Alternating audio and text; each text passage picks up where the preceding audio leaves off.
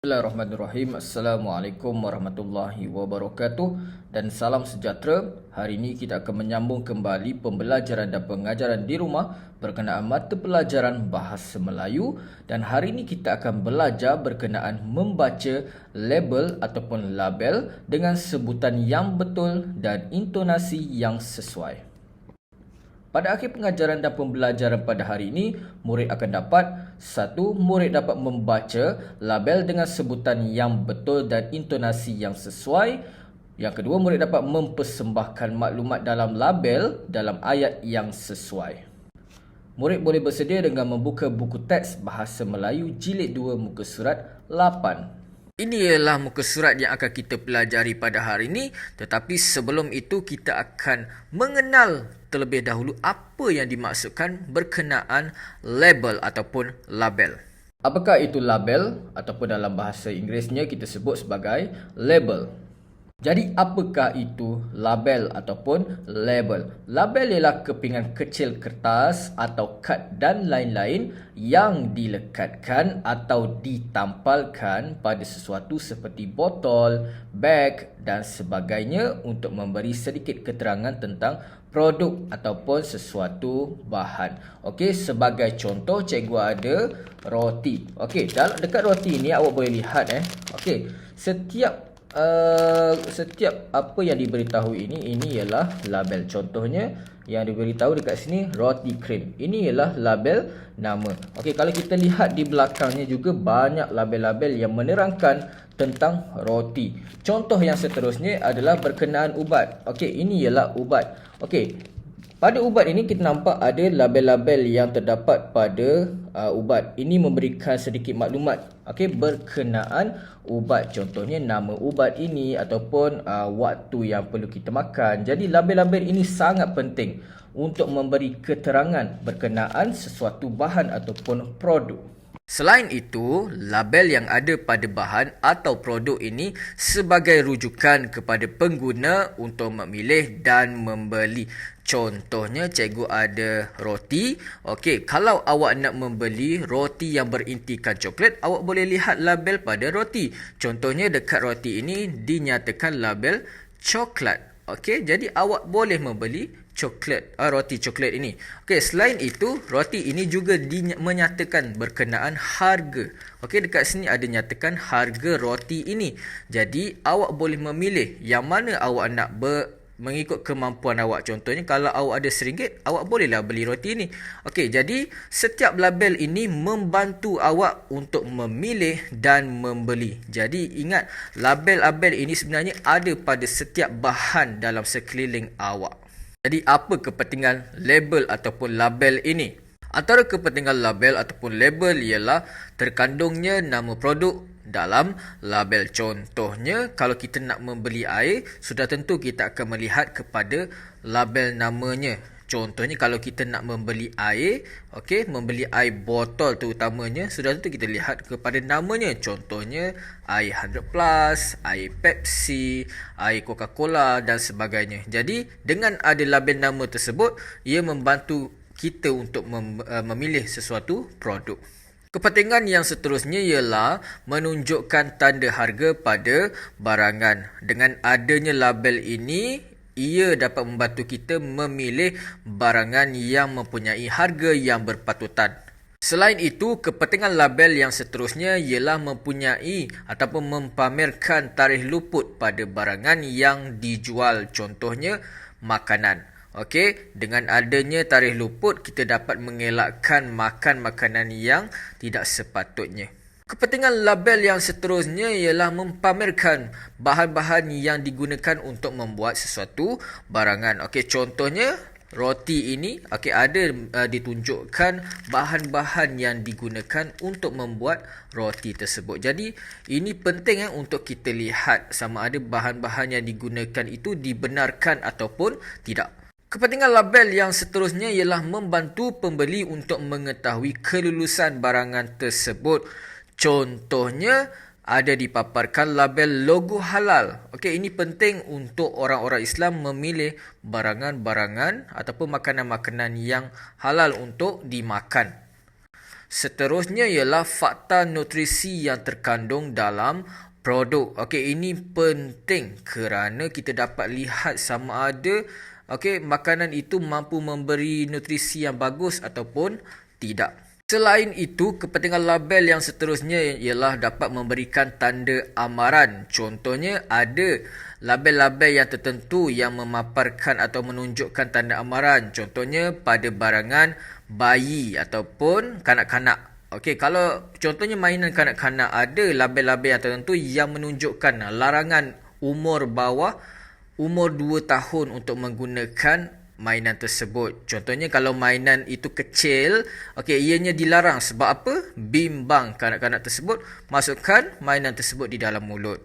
Seterusnya, kepentingan label yang seterusnya ialah dapat menerangkan fungsi-fungsi produk. Contohnya kalau kita beli telefon bimbit, biasanya dekat kotak telefon bimbit tu ada menunjukkan label-label yang tertentu. Contohnya berkenaan kamera, berkenaan fungsi-fungsi yang lain. Sekarang kita lihat kepada contoh label makanan.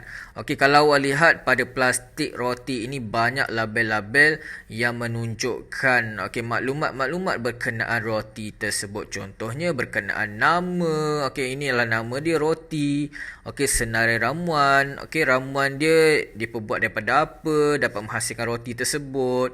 Jadi banyak inilah maklumat pengeluaran dia, siapa yang mengeluarkan roti tersebut, penandaan tarikh, kita perlu menggunakan sebelum bila. Jadi setiap label ini menunjukkan maklumat yang penting untuk pembeli membeli sesuatu barangan ataupun sesuatu makanan.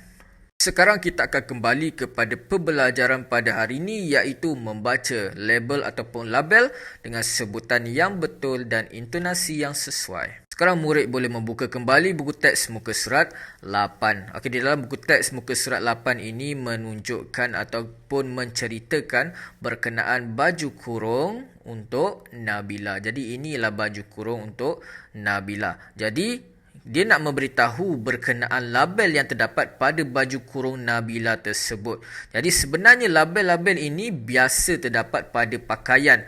Walaupun ia mempunyai simbol-simbol tertentu, tetapi simbol-simbol ini sebenarnya membawa maksud-maksud yang tertentu. Walaupun simbol itu kecil, tetapi simbol itu sebenarnya ada maksudnya. Sekarang kita akan membaca petikan yang ada pada buku teks muka surat 9. Jom sama-sama kita membaca petikan ini. Baju kurung untuk Nabila. Ibu Nabila baru pulang dari Kuantan, Pahang. Ibunya telah membelikan sepasang baju kurung Pahang berwarna biru untuk Nabila. Nabila membelik-belik label pada baju kurung tersebut.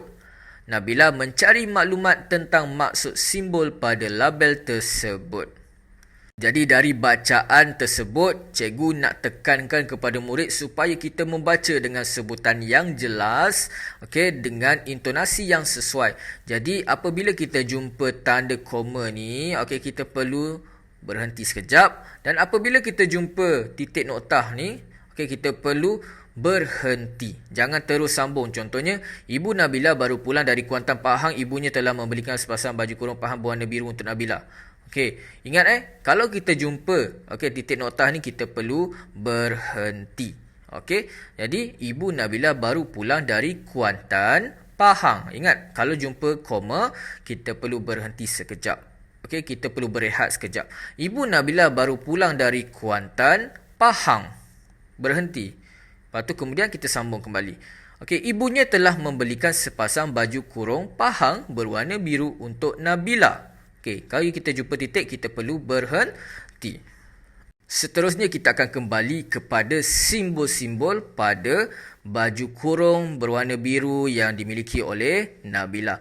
Ini ialah simbol-simbol yang terdapat pada label baju kurung berwarna biru.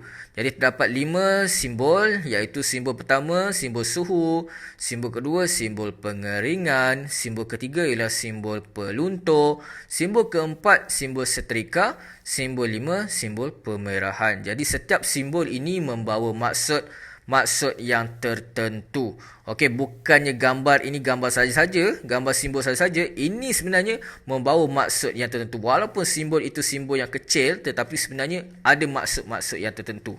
Jadi kalau awak tak percaya, awak boleh tengok dekat baju ke seluar awak, ada simbol-simbol pada setiap pakaian awak. Okey, ada maksud-maksud tertentu. Jadi jom kita baca berkenaan simbol ataupun maksud simbol yang ada pada label tersebut.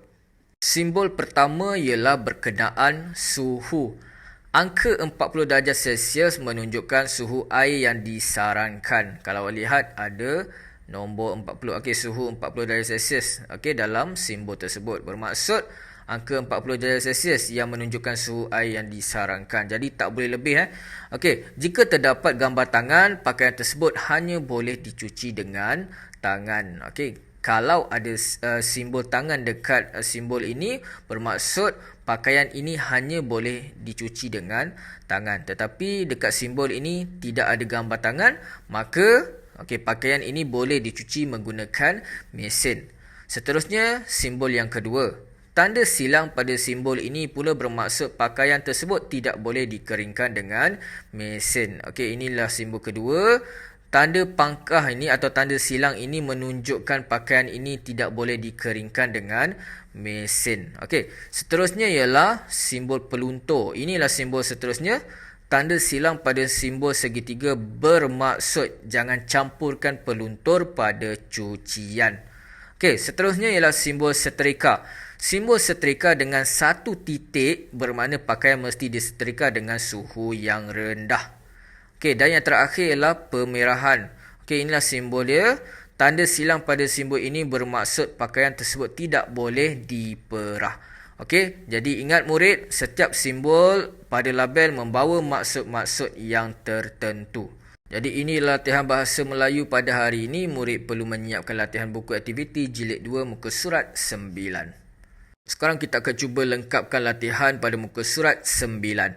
Arahannya mudah, kita perlu baca label, kemudian kita persembahkan maklumat yang terdapat pada label. Okey, sekarang kita akan lihat maklumat yang ada pada label ini. Okey, jadi kita lihat kepada setiap label-label pada barangan ini. Okey, barangan ini namanya pulut panggang, dan harganya RM4.80. Okey, ramuannya ialah pulut santan isi kelapa pedas dan daun pisang. Okey, cara memasak pulut panggang ini, yang pertama panaskan kuali lepeh, yang kedua keluarkan pulut panggang dari penyejuk beku, yang ketiga bakar hingga garing. Okey, produk ini dikeluarkan oleh syarikat Seri Kasih dan ini ialah maklumat berkenaan syarikat Seri Kasih. Sebentar tadi kita telah membincangkan berkenaan maklumat-maklumat berkenaan pulut panggang. Okey, sekarang kita akan cuba pindahkan setiap maklumat ini ataupun kita akan persembahkan maklumat ini dalam bentuk ayat ataupun bentuk teks. Okey, sekarang kita akan cuba lengkapkan. Okey, yang pertama, terdapat banyak maklumat pada label ini. Okey, jadi kita akan gunakan harganya. Okey, contohnya kita akan buat sebungkus pulut panggang ini berharga RM4.80. Jadi kalau awak nak buat panjang, awak boleh gunakan 10 biji ni. Contohnya awak boleh tulis sebungkus pulut panggang yang mempunyai 10 biji ini berharga RM4.80. Okey, sekarang kita akan gunakan maklumat ramuan. Okey, jadi bagaimana kita nak tulis? Okey, kita boleh tulis ramuan pulut panggang ini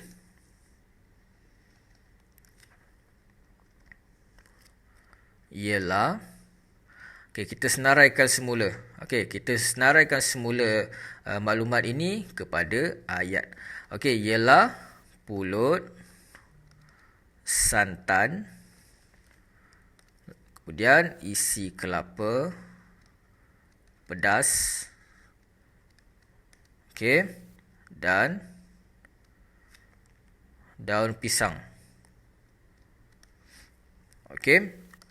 Jadi kalau awak nak terangkan berkenaan daun pisang, daun pisang ni biasanya digunakan sebagai alat untuk membungkus lah. Okey, seterusnya cara memasak. Okey, kita akan terangkan berkenaan cara memasak. Jadi kita nak gunakan ayat. Okey, kita boleh gunakan kata hubung kita boleh gunakan penanda wacana seterusnya. Seterusnya ada juga dinyatakan berkenaan cara memasak. Okey.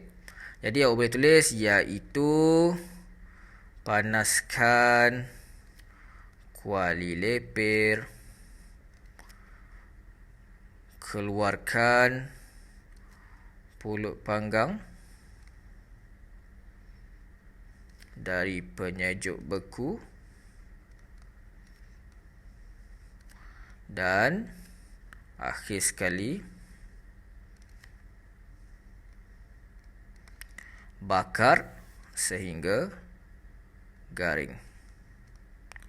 Okey, jadi ini contoh contoh cara untuk kita persembahkan maklumat-maklumat yang ada pada label ini kepada ayat. Okey, jadi kalau awak nak sambung lagi, awak boleh tuliskan pengeluar bagi pulut panggang ini. Awak boleh tulis seterusnya selain itu pengeluar untuk produk pulut panggang ini ialah syarikat Seri Kasih. Iaitu yang terletak di Segamat, Johor Darul Takzim. Jadi awak boleh sambung Jadi ini contoh ataupun cadangan jawapan yang murid boleh gunakan. Jadi ini cadangan jawapan bagi latihan pada muka surat 9. Jadi dengan cadangan jawapan ini boleh dijadikan panduan kepada murid untuk menghasilkan jawapan yang lain lah, yang lebih kemas. Kalau murid nak gunakan cadangan jawapan cikgu pun tiada masalah. Tetapi lebih baik kalau murid gunakan jawapan murid sendiri. Jadi itu sahaja pembelajaran pada hari ini. Terima kasih. Assalamualaikum warahmatullahi wabarakatuh.